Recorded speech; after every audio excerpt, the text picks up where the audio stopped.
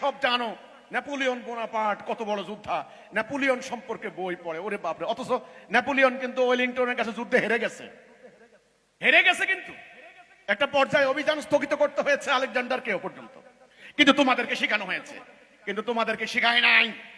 মানব ইতিহাসের 5 জন সেনাপতি কোন যুদ্ধে কোনদিন হেরে যান নাই। এর মধ্যে 4 জন মুসলিম সেনাপতি। খালিদ ইবনে ওয়ালিদ তোমাদেরকে পড়ায় নাই, যিনি জীবনে কোনো যুদ্ধে হারেন নাই।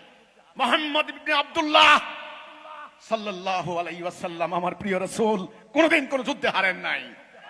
তোমাদেরকে যুদ্ধানবীর ইতিহাস পড়ানো হয় নাই।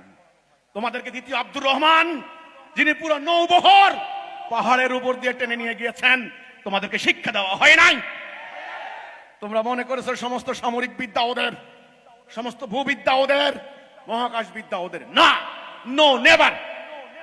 জ্ঞান বিজ্ঞান সামরিক বিদ্যা সকল ক্ষেত্রে, চিকিৎসা বিদ্যা সকল ক্ষেত্রে এর ভিত্তি ফাউন্ডেশন রচনা করেছে মুসলমানরা।